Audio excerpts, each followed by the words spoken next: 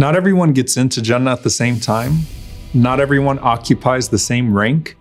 And not everyone is called from the same gate. But everyone who eventually gets in is going to be pleased. And the believer is so driven to Jannah right now that he tries to get in as fast as possible and with the highest place possible. And subhanAllah, that's what a Jannah mindset means. It means that every single minute in this world is an opportunity to proceed quickly and beautifully through the gate of eternity.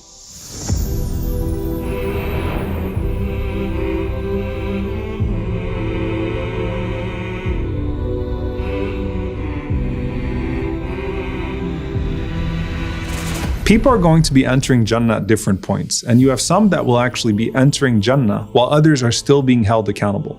The Prophet ﷺ said that there is a gate which is specific for those who are not even going to be called to account. May Allah make us amongst them. Allahumma Ameen. And he said this is the right-hand gate of paradise. And he said the rest of the people of paradise will enter with everyone else through the normal gates. And Allah subhanahu wa ta'ala controls time and place. So this doesn't all have to fit in a linear way when we're speaking about it. The Prophet ﷺ said that the poor and downtrodden, and they are the majority of the people of paradise, they get to go first. And if you think about first class and VIP in this life, who usually is always at the back of the line? And in a more dramatic way, those swaths of poor people that are turned away from the gates of rich nations. And now they're ahead of everybody else, and everybody wants to be like them. But that's not absolute, because Abu Bakr radiallahu ta'ala anhu, for example, was not a poor man, and he's going to be ahead of us all. So the scholar said that if a person used their blessings right, then they still have a higher place, even if the poor will get in faster and lighter because they have less burdens to worry about. So there's the pace that you get into Jannah, and then there's the place that you occupy within it. Now remember, Jannah is for people with certain qualities. So the Prophet ﷺ said, the first people to enter Jannah are people who are hammadun. They praise Allah subhanahu wa ta'ala at all times, in good times and in bad times. So it's not about what you had or didn't have. It's about how you channeled all of that towards the pursuit of Allah's pleasure and paradise. So you ask yourself, are you praising Allah with your circumstances or not? Because that's going to determine how praiseworthy your order of entrance and eventual station are into paradise. Now, what does the waiting area outside the gates of Jannah look like? The believers are near to its entrance, as the Prophet ﷺ said, and they're under this tree where two rivers are flowing. They drink from one of them and they bathe in the other. And this removes all of the impurities inside out, and they come out full of radiance.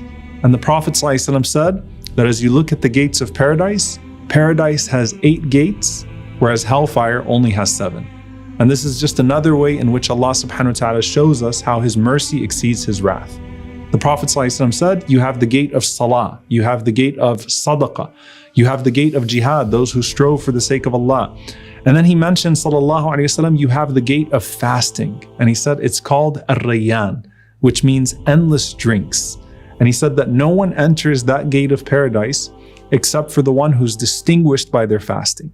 So Abu Bakr radiallahu anhu is hearing this and he says, Ya Rasulullah, is there anyone who gets to be called from all of these gates? And the Prophet ﷺ said, yes, and I hope you will be one of them.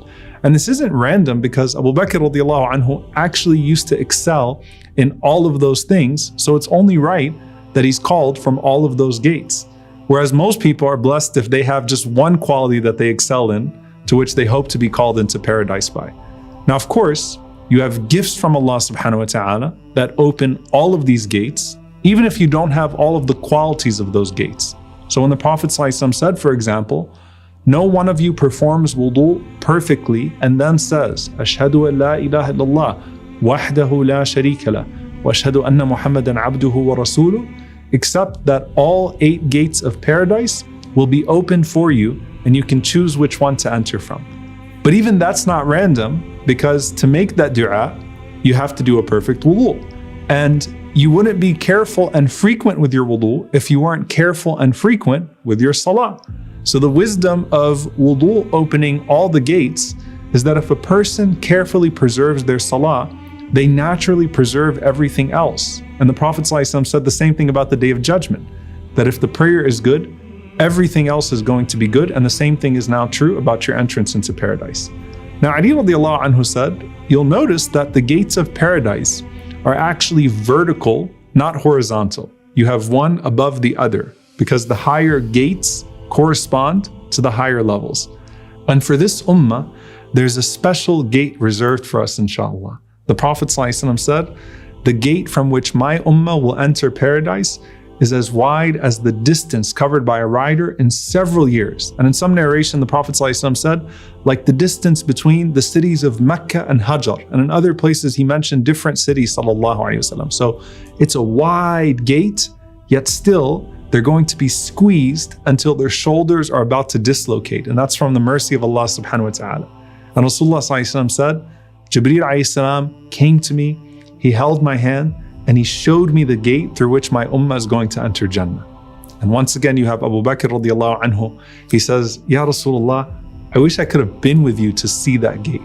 And the Prophet ﷺ said, I'll give you something better. Don't worry, you're going to be the first one to enter through that gate with me. But the Prophet ﷺ said, for all of us, he said, you're the best ummah because you're the last ummah to come, yet you're the first ummah to enter into paradise. So Rasulullah ﷺ is the first prophet to enter paradise, and we are the first ummah to enter Jannah together bi'idhnillahi ta'ala. So as we stand in line with anticipation behind our Prophet ﷺ, Qatada rahimahullah says, you can actually see through the gates of paradise directly into it. And Rasulullah ﷺ walks up and he said he rings the bell. He said, I will be the first person to hold the chain of paradise and clatter it. Wala fakhr, and I'm not boasting. And the keeper of Jannah will answer the doorbell. And he'll say, Man ant, who are you? And I will say, Muhammad. And he will say, welcome, O Prophet of Allah. I was ordered not to open this for anyone before you. So that's the Prophet ﷺ. Now for the rest of us, we have our keys. The key to paradise in the metaphorical sense is La ilaha illallah. But as the scholars say, the teeth of that key are our deeds, and that's what's going to determine our order and our station. And the Prophet ﷺ says in another narration by Salman radiallahu ta'ala anhu, that we also have passports. So think about it, like when you go to another country, you have a passport. So when you get to Jannah, what's the passport? He says, Inna Allah Azza wa Jal yu'ti al-mu'mina jawazan ala sirat.